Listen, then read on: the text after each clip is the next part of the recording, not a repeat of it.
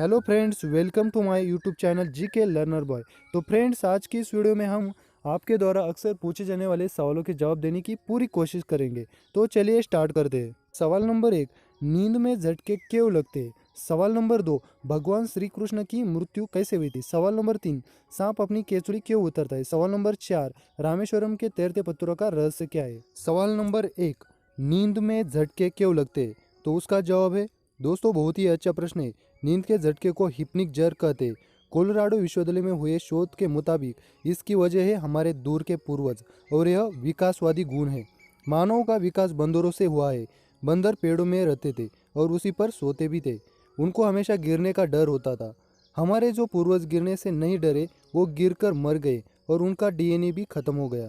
जो गिरने से डरते थे उन्हीं से आगे चलकर मानव का विकास हुआ। जब हम सोते हैं तो हमारी मांसपेशियां ढीली पड़ने लगती है और हमको गिरने का आभास होता है। हमारे पूर्वजों का वो डर उनकी डीएनए की वजह से आज भी हमारे अंदर है। नींद में झटके भी इसी वजह से लगते हैं। मानसिक परेशानी जैसे कि तनाव व ध्यान कम होने के कारण जब दिमाग किसी भी परिस्थिति को नहीं समझ पाता है तो आत्मा द्वारा उसको एक अनुभव कराया जाता है, जिस कारण नींद में झटके लगते हैं।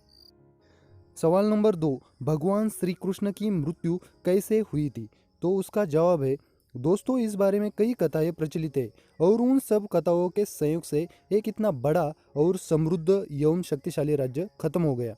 उसके मूल में बहुत से कारण थे। पहला, राम जी ने जब बाली का वध छुप कर किया था, तब बाली ने मरते समय राम जी से अपना बदला मांगा था। तब राम जी ने बाली से कहा था, जब मैं द्वापर युग में जन्म लूंगा तब तुम्हारे को अपना बदला लेने का मौका मिलेगा। दूसरा, जब महाभारत का युद्ध खत्म हुआ तब गांधारी ने अपने बेटों की लाश देखकर बहुत दुखी हुई थी और वह इस युद्ध का जिम्मेदार श्री कृष्ण को मानने लगी और उसी संताप में उसने श्री कृष्ण को कहा, तुम चाहते तो युद्ध को रोक सकते थे और कुरुवंश का ये हाल नहीं होता। इसके दोषी तुम ही हो। और उसने उनको शाप दिया था, जैसे कुरुवंश का आपस में लड़कर खत्म हुआ वैसे ही एक दिन तुम्हारा यादववंश भी ऐसे ही आपस में लड़कर खत्म हो जाएगा। और उस शाप को भगवान कृष्ण ने सहर्ष स्वीकार किया। उसके बाद यादव वंश बहुत बड़ा और फला फूला, जिससे वहाँ पर कई कुरीतियाँ और कलियों के कारण अनाचार बढ़ने लगा। बड़े बड़ों का अपमान होने लगा। उसी समय कुछ ऋषि द्वारका में आए हुए थे। तब श्री कृष्ण के बेटे ने उनसे मस्करी करने की सूझी और उसने एक स्त्री का रूप बनाकर अपने पेट में एक लोहे का मूसल छुपाकर गर्भवती होने का नाटक करने लगा। यम उस ऋषि से पूछा उसे लड़का होगा या लड़की। वो ऋषि बड़े तपस्वी थे। उन्होंने इसको अपना अपमान समझा और उसको शाप दे दिए कि तुम्हारे पेट से लोहे का मूसल पैदा होगा और यह मूसल पूरे यादव वंश का कारण बनेगा। उनके इस श्राप को सुनकर सभी घबराए और उन्होंने उस मूसल को घिस घिस कर वहाँ बहने वाली एक नदी में बहा दिया और उसी लोहे के कणों से नदी में सरकंडे पैदा हो गए। उसके कुछ दिन बाद पूरा यादव कुल उसी नदी में स्नान करने के लिए इकट्ठा हुआ और वहाँ पर शराब पीकर आपस में लड़ने लगे।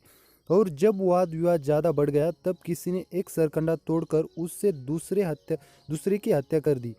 उसके बाद तो सारे यादव सरकंडे तोड़ तोड़ कर एक दूसरे से युद्ध करने लगे और आपस में लड़कर सारा यादव वंश खत्म हो गया। सिर्फ भगवान कृष्ण ही बच गए और अपना वंश खत्म होने के बाद बहुत दुखी हो गए और वे जंगल में चले गए। वहाँ पर वो थक कर एक पेड़ के नीचे सो गए।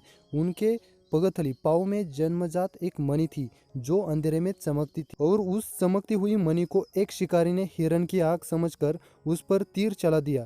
तीर चलाने के बाद शिकारी ने देखा कि वो तो श्री कृष्ण है। तब वो शिकारी बहुत दुखी हुए और विलाप करने लगा। तब भगवान कृष्ण ने त्रेता युग में बाली वध की कथा सुनाई और उसको बोला, तुम दुखी मत हो, ये तो नीति के अधीन सब हुआ है। मेरी इच्छा से ही मेरा वरदान फलीभूत हुआ है। तुम्हारा बदला पूरा हुआ, अब तुमको मोक्ष मिल जाएगी और मैं भी मेरे धाम में वापस जा रहा हूँ। सवाल नंबर 3, सांप अपनी केचुली क्यों उतरता है? तो उसका जवाब है दोस्तों, वैज्ञानिक कारण यह भी है कि सभी जीवित प्राणियों की त्वचा मृत होकर गिरती रहती है। इस प्रकार सांप भी साल भर में 3-4 बार अपनी त्वचा उतारकर अपने आप को स्वच्छ करता है।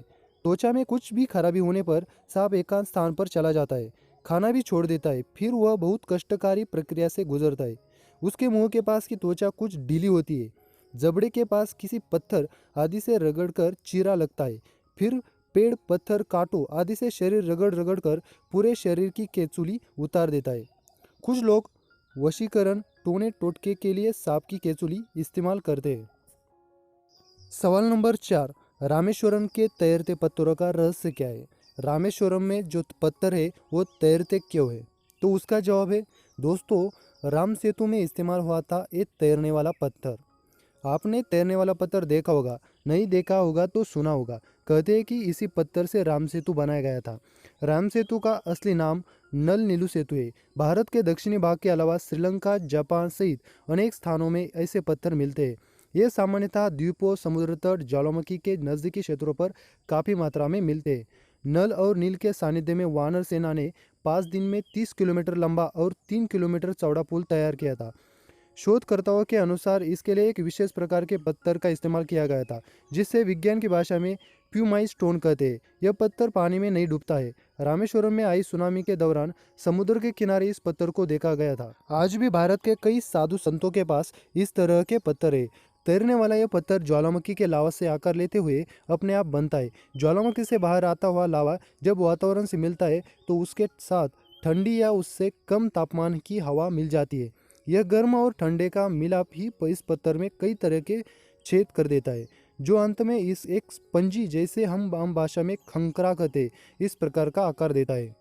प्यूमाइस पत्थर के छेदों में हवा भरी रहती है, जो इसे पानी से हल्का बनाती है, जिस कारण यह डूबता नहीं है। लेकिन जैसे ही धीरे धीरे इन छिद्रों में पानी भरता है तो यह पत्थर भी पानी में डूबना शुरू हो जाता है। यही कारण है कि राम सेतु पुल कुछ समय बाद डूब गया था और बाद में इस पर अन्य तरह के पत्थर जमा हो गए थे। तो फ्रेंड्स, अगर ये वीडियो आपको पसंद आया तो लाइक, शेयर और हमारे चैनल को सब्सक्राइब कीजिए। धन्यवाद।